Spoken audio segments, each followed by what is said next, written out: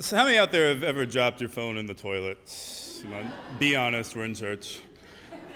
I consider one of my crowning achievements as an adult that I have never dropped my phone in the toilet, because that is disgusting, and all of you are disgusting.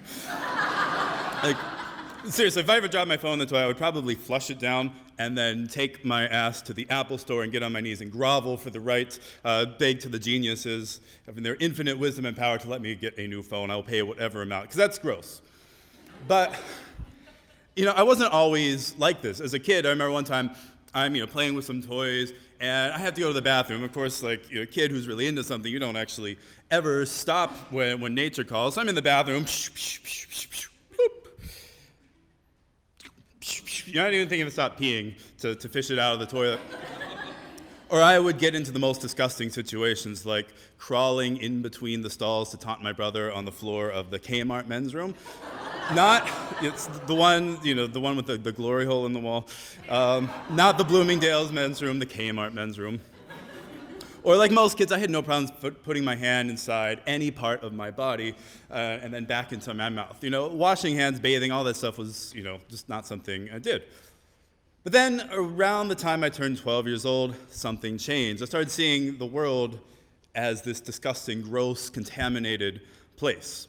And it started with learning about germs with scary names like E. coli and Staphylococcus and Salmonella and cooties and all these big, scary name germs.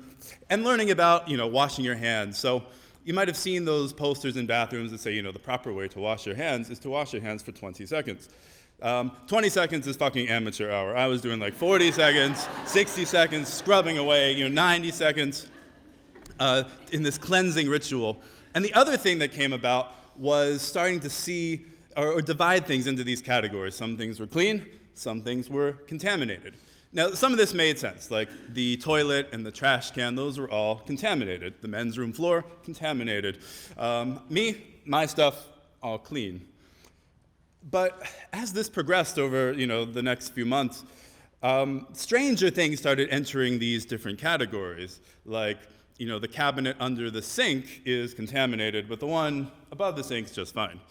And perhaps the thing that got the worst of this was my little brother, who was 9. And I one time saw him go to the bathroom and not wash his hands, and he then, from that day forward, fell into the contaminated category, along with everything that he touched. And so imagine being a 9-year-old little brother and having that kind of power to just claim ownership over everything. He could have walked into my room, had anything he wanted. That's too much power for a 9-year-old, if you ask me. And this started to affect our playtime. Like, we used to play Legos, and not like today's Legos with all these Hollywood tie-ins, but like actual use your imagination Legos. And we had this big table in the basement where we had Legos, but that, our imagination adventures in building were over. I drew a line right down the middle, and I had my Legos, the clean Legos, and his Legos, the dirty Legos, the contaminated Legos. This was my red Lego, and that one's my red Lego, and this is your dirty red Lego. And, well, Legos there's so many of them that it's really, really freaking hard to keep track of that. So, I'd had it with Legos by then, and I was 13 at this point, so, I discovered other things to pass my time, like masturbation. 13-year-old boy, it's normal.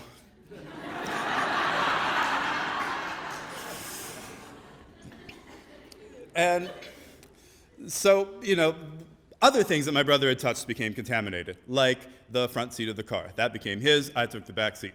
Or the back door doorknob that led out to the garage so we could get into the car. He touched that one time, I saw him do it, I would not touch this doorknob again.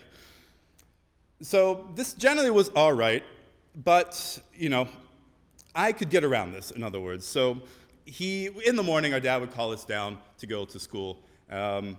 I would come on down, I'd wait for my brother and my dad to open the door. I'd kind of grab it with my elbow so as to not get contaminated and follow out. And we would repeat this. Dad would call us down, I would catch the door with my elbow on the way out and follow everyone outside. Until one day when nobody is opening the door. My brother's not opening it, my dad's not opening it. It's like, my brother instead is just sitting on the couch, now the contaminated couch. And it's like John Wayne standoff here. I'm like, go, you open the door. And he's like, we're stuck in this position. He's not doing it. And well, all right, so what were my choices here? I could have gone in, opened the door myself, touched the door, gotten contaminated, but if I had gotten myself contaminated, well then this hand would become contaminated for the rest of the day until I got a chance to wash it. And anything I touched with that hand would also become contaminated. So I wouldn't be able to touch any of my stuff. I wouldn't be able to use certain things at school because those things would become contaminated. Imagine taking one of your hands and just chopping it off for the day. Actually, that would probably be so much worse. At least I had in my hand. But imagine that feeling of just going without one of your limbs. So that wasn't an option. And well, maybe I could have sprayed the door down with some Lysol or sprayed my brother down with some Lysol. But Lysol, in this weird world that's both logical and completely nonsensical, Lysol was, or these germs were impervious or not susceptible to Lysol. So that was out.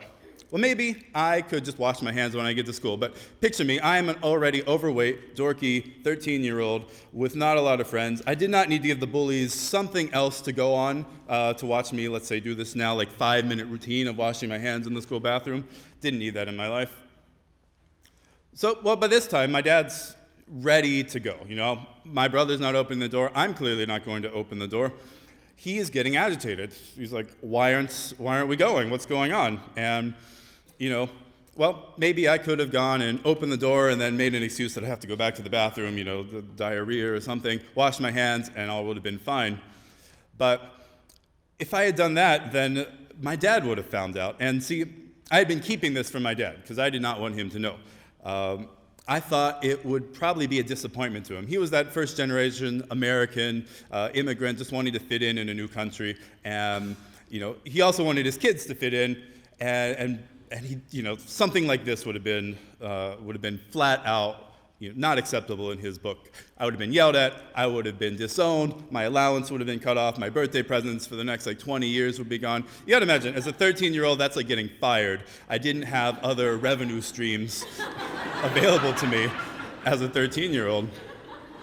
Well, call it a repressed childhood memory, because I don't actually remember what happens next, but I know that we go from the standoff to my dad grabbing my hand, placing it on the doorknob, and now my dad knows, shit, I'm cut off, I'm disowned, I'm going to get yelled at, this is terrible, and I'm contaminated, so now I got to go to school with a dirty hand, and I can't touch anything with it.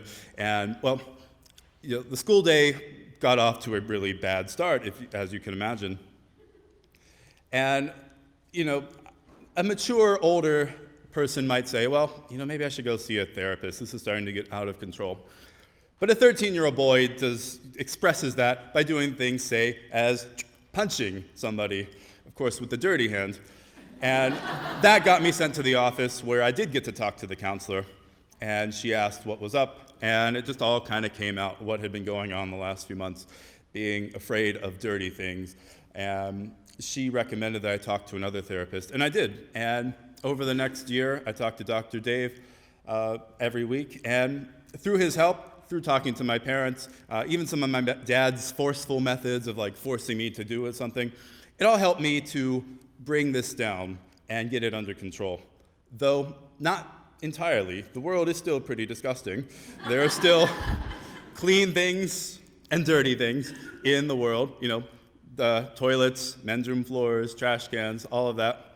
But I can get by. I don't freak out. Though I generally like to think of myself as prepared. Like at work, I have a big, gigantic bottle of Purell at my desk because I teach high school. And if you know anything about teenage boys, let's just say they're not playing with Legos. Thank you.